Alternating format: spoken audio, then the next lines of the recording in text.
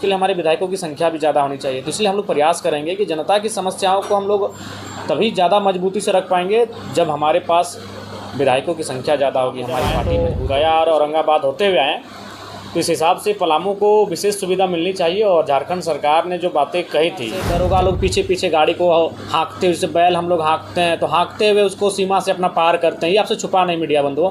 आपने भी पलामू प्रमंडल झारखंड का एक विशिष्ट हिस्सा है और एक बहुत बड़ी आबादी इस क्षेत्र में बसाव करती है।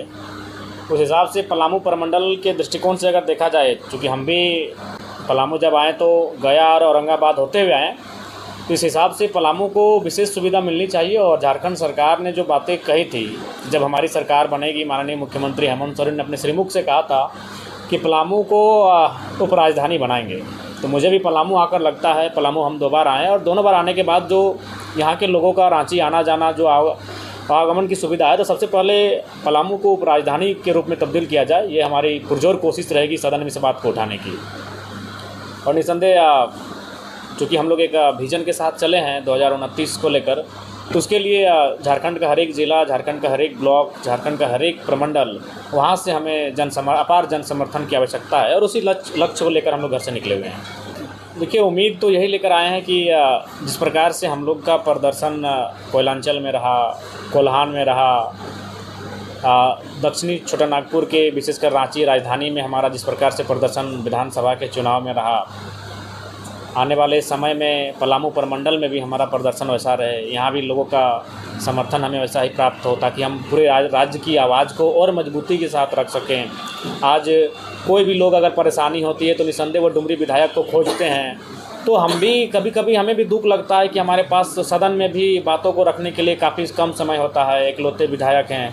तो इसलिए निसंदेह लोगों को जब समस्या आती है, निसंदेह वो पहला नाम जयराम महतो को याद करते हैं। लेकिन उसके लिए अगर व्यवहारिक रूप से देखा जाए, तार्किक रूप से देखा जाए, तो उसके लिए हमारे विधायकों की संख्या भी ज़्यादा होनी चाहिए। तो इसलिए हम लोग प्रयास करेंगे कि जनता की समस्याओं को हम लोग तभी ज़्यादा मजबूती से रख पाएंगे जब हमारे पास विधायकों की संख्या ज़्यादा होगी, हमारी पार्टी मजबूत होगी। तो इसलिए हमारा लक्ष्य है कि पलामू प्रमंडल में भी विशेष ध्यान केंद्रित किया जाए। भाषा की बात एक बार फिर से पलामू में उठा है, क्या रुख होगा? देखिए, हमने शुरू से ही कहा है कि झारखंड को आप एक भाषा के समीकरण में नहीं साध सकते हैं, क्योंकि झारखंड विभिन्न कबीलाएँ, विभिन्न भौगोलिक क्षेत्र में बसाव करने वाले लोग रहते हैं यहाँ, और यहाँ विभिन्न भाषाएँ बोली जाती हैं। तो इस लिहाज से सरकार को एक भाषा विद का गठन करना चाहिए, जिलावार करना चाहिए। और जिलावार भाषा विद का जो रिपोर्ट आए कि वहाँ के जो स्थानीय लोग जो सैकड़ों सालों से इस भूभाग में बसे हैं, जो सिर्फ और सिर्फ झारखंड के हैं, वो किस प्रमंडल में, किस ज़िले में, किस ब्लॉक में, कौन सी भाषा में अपनी बात को कह रहे हैं, बोल रहे हैं, समझ रहे हैं, और उसके अनुसार जिलावार जो नियुक्ति होगी उनमें उन भाषाओं को इंक्लूड करना चाहिए। वैसे चतुर्वर्गीय कर्मचारियों की यहाँ बहाली निकली है, वो भी विवाद के घेरे में है। पलामू में स्थानीय होना चाहिए, उसमें सारे जिलों का बहाली होना। देखिए, अगर ये नियमता है कि जिलावार बहाली है और उसमें उसी ज़िले के लोगों का होना चाहिए, तो उनको उनका हक मिलना चाहिए। अगर वो जिलावार बहाली स्पेशल अगर किसी ज़िला विशेष के लिए है, तो निसंदेह जिला का हक बनता है। बेरमो से डुमरी अवैध जो कोयला की बात किया जाए, आपके द्वारा कहा गया था कि हम नहीं जाने देंगे, इसमें कितना सफलता आपको मिला? देखिए, सफलता मिली, लेकिन आप भी जानते हैं कि सफलता आपको पूर्ण तभी मिलेगी जब सरकार का भी आपका समर्थन रहेगा। अभी अगर आप किसी भी अगर कोयला के क्षेत्र की बात करें, बालू की बात करें, तो ये आपके आंखों के सामने है किस प्रकार से दरोगा लोग पीछे पीछे गाड़ी को हाँकते हुए, जैसे बैल हम लोग हाँकते हैं तो हाँकते हुए उसको सीमा से अपना पार करते हैं, ये आपसे छुपा नहीं मीडिया बंधुओं। आपने भी बोकारो की घटना को बाकायदा मीडिया के माध्यम से देखा कि किस प्रकार से जो अवैध बालू जो संचालन कर रहे थे, वे लोग बड़ा बाबू पे चढ़ के बात कर रहे हैं। तो बोलिए कि आपको हम देते हैं कि नहीं देते हैं महीना का। तो जब तक सरकार इन चीज़ों को गंभीरतापूर्वक नहीं लेगी, एक विधायक होने के नाते हम प्रयास कर सकते हैं, उस पर हम अवरोध भी उत्पन्न करते हैं, लेकिन पूर्ण रूपेण सफल तभी मिलेगी जब सरकार इसको गंभीरतापूर्वक लेगी। झारखंड सरकार नियुक्ति को लेकर सर, जो युवाओं का नियुक्ति है, दरोगा हो चाहे और भी बहालियाँ, सभी बहालियाँ लेट हो रही है, इस पर क्या आप कहेंगे सर? देखिए, इसमें क्या है कि झारखंड सरकार कहीं ना कहीं विफल रही है। मैया सम्मान योजना के अलावा जितनी भी योजनाएं या फिर जितने भी वादे झारखंड सरकार ने किया था दूसरी बार सरकार आने से पूर्व, कहीं ना कहीं उनमें विफलता दिख रही है, चाहे वह वैकेंसियों की बात हो, उनकी नियमित कैलेंडर जारी करने की बात हो, या फिर जो लोग दोषी या कदाचार करते हुए पाए जाएंगे उन पर दोष सिद्धि के बाद उन पर कानूनी कार्रवाई की बात हो, उन पर कहीं ना कहीं वो फेलियर हो रहे हैं। हर एक एग्ज़ाम को लिखने के बाद रिज़ल्ट के लिए, तो कभी रिज़ल्ट में गड़बड़ी के लिए छात्रों को आंदोलन करना पड़ रहा है, उन्हें यहाँ तक भूख हड़ताल, आमरण अनशन का सहारा लेना पड़ रहा है, कभी कभी वो भीड़ आक्रामक हो जाती है, हिंसक हो जाती है। तो ये विषय तमाम बहालियों में देखने को मिल रही है। इसलिए सरकार को संवेदना दिखानी चाहिए, तत्परता दिखानी चाहिए, और विशेष जब भी परीक्षा हो उस पर विशेष नज़र रखनी चाहिए ताकि वो परीक्षा कदाचार ना हो उसमें। सर, अंत में ये जानना चाहेंगे कि आप जिस तरह से कहीं पे घटनाएं रात में भी होती है, अभी 12 बजे रात को आपने गया था एक घटनास्थल पे और आप खुद जाकर के थाना प्रभारी महोदय को फोन किया, उसके बाद उनके द्वारा कहा गया कि वो सेफ जगह नहीं है, आप वहाँ से चले आइए। तो सर, आपकी सुरक्षा के लिए जो लगातार आपके पार्टी के द्वारा, कई नेताओं के द्वारा अमित शाह जी को आवेदन लिख करके दिया गया, सुरक्षा की मांग की गई, उसके अब तक क्या आप लोगों को उधर से देखिए, उस पर हमारा कोई संज्ञान नहीं है। वो हमारे पार्टी के नेता होने के नाते उनको ऐसा लगता है जी, तो उन्होंने अपने प्रयास किया है, बाकी उसमें हमारा कोई दिलचस्पी नहीं है सुरक्षा को लेकर। और जहाँ तक सवाल है उस दिन की बात, तो अभी बोकारो के जो एसपी थे उन्होंने जो मीडिया में बयान भी दिया था कि सुरक्षा के कारणों से, लेकिन जब हम उनसे पर्सनली मिले, चूँकि अब वो बोकारो के एसपी है नहीं, तो हमें भी बात करने में कोई गुरेज नहीं। उन्होंने कहा कि विधायक जी, आप भी जानते हैं हम लोग को सरकार का पक्ष रखना पड़ता है, लेकिन अगर ईमानदारी से हमको कहा जाए तो बड़ा बाबू को वहाँ जाना चाहिए था, इतना तो डरपोक नहीं होना चाहिए। एसपी महोदय हम लोग, चूँकि वो भी हमारी उम्र के हैं, हमसे 2 साल सीनियर है, 2 साल पहले वो मैट्रिक लिख के आए हैं, चूँकि अब उनका तबादला वहाँ से हो चुका है, इसीलिए बात हम ये मीडिया में कह रहे हैं। उन्होंने स्पष्ट कहा कि देखिए, मीडिया में जो बातें कहते हैं विधायक जी, उसको दिल पे मत लीजिएगा, क्योंकि हम लोग की भी बाध्यता होती है। लेकिन अगर मेरे भी बात को, मैं अगर आपकी जगह होता तो शायद बड़ा बाबू को वहाँ आना चाहिए। तो ये एसपी महोदय ने खुद कहा, हालांकि उन्होंने मीडिया में कुछ और कहा, लेकिन अब वो चूँकि बोकारो के एसपी रहे नहीं, तो इसलिए बात हम भी मीडिया में शेयर कर रहे हैं। अच्छा जयराम जी, लगातार जब जनता दरबार आप लगाते हैं तो कहीं ना कहीं इस पलामू प्रमंडल के लोग भी जो है आपकी समस्या, उनकी समस्या लेकर वहाँ पहुँचते हैं। तो आज पलामू प्रमंडल के दौरा पे हैं, क्या लगता है कि वैसे कुछ समस्या आप तक? बहुत सारी समस्याएं आ चुकी है जी। सुबह से ही लोग अपने आवेदन समस्याओं को दिए, उनको हम लोगों ने अपने फाइल में रख लिया है, और जैसे ही हम कार्यक्रमों से फुर्सत हो जाएंगे उसको पढ़ेंगे और उसके बाद देखेंगे कि किस विभाग से संबंधित फाइलें हैं, उस विभाग से हम टेलीफोनिक भी बात करेंगे और अपने लेटर हेड के माध्यम से उनसे पत्राचार भी करेंगे।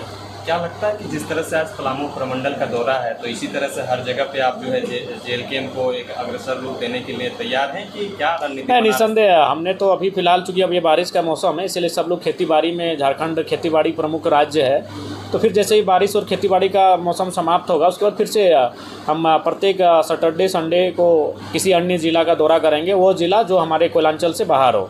जैसे आज हम पलामू में हैं, तो हो सके अगला बार लातेहार में होंगे, अगला बार गढ़वा में होंगे, लोहरदगा में होंगे, साहिबगंज में होंगे, पाकुड़ में होंगे, दुमका में होंगे, गोड्डा में होंगे।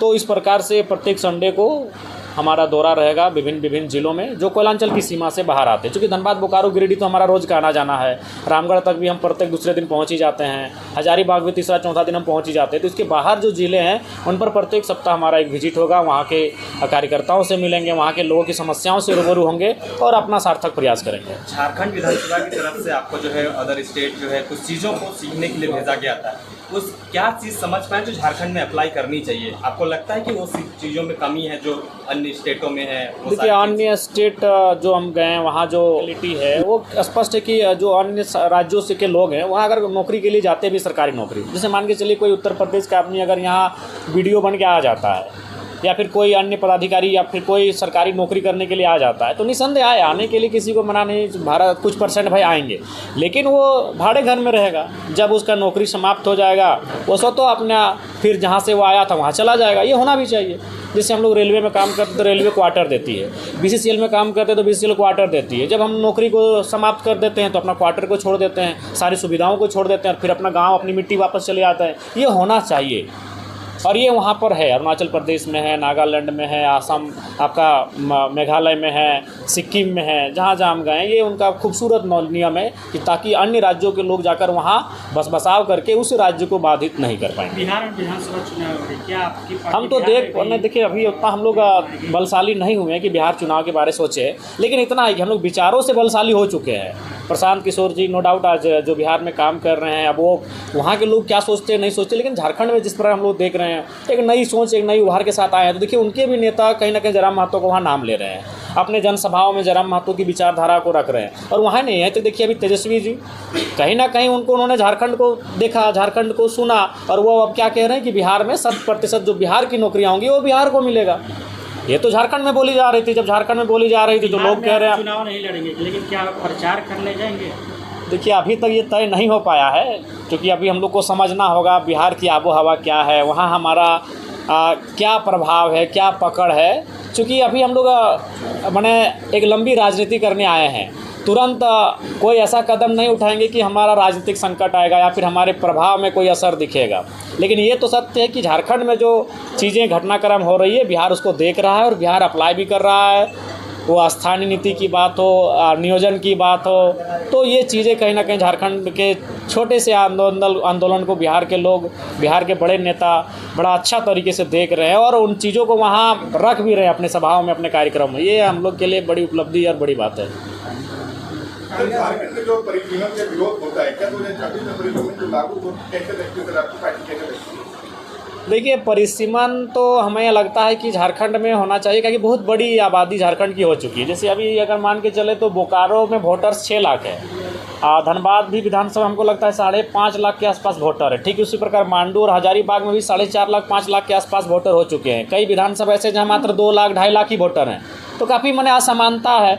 आपको एक विधायक को खर्च करने के लिए 5 करोड़ ही मिलता है, तो उसके पास अगर 5 लाख वोटर हैं तो भी 5 करोड़ मिलेगा, और 1.5 लाख वोटर हैं तो भी 5 करोड़ उसको मिलेगा। तो इसलिए जब परिसीमन हो तो इन सब चीज़ों का ख्याल रखना चाहिए, एक समानता होनी चाहिए वोटर्स का प्रत्येक विधानसभा में। तो हमें लगता है कि परिसीमन समय के अनुसार परिसीमन इस राज्य की मांग है और वो होना चाहिए।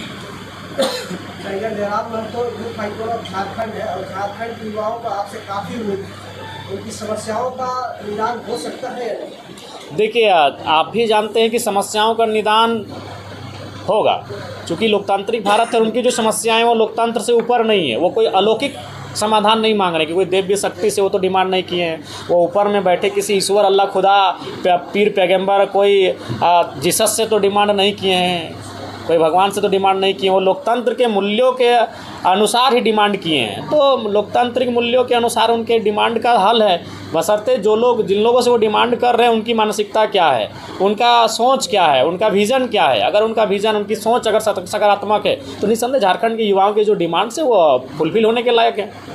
काबू मंडल की सांगठनिक ढांचा अभी तक कितना मजबूत हो पाया है? देखिए आप जिस प्रकार से मैंने कहा कि जो भौगोलिक दृष्टिकोण है ये धनबाद बोकारो की सीमा से काफ़ी परे है, काफ़ी दूरी है, लेकिन उसके बावजूद भी आज सुबह से लेकर हम अभी तक जब से यहाँ हैं लोगों का अंबार लगा, लोग मिले, अपनी समस्याओं को सुना रहे हैं, यहाँ भी आके अपनत्व का भाव लग रहा है, लोग अपना रहे हैं। तो ऐसा नहीं है, समय लगेगा, संघर्ष ही आपका परिणाम को तय करता है। तो हमारा संघर्ष, हमारी त्याग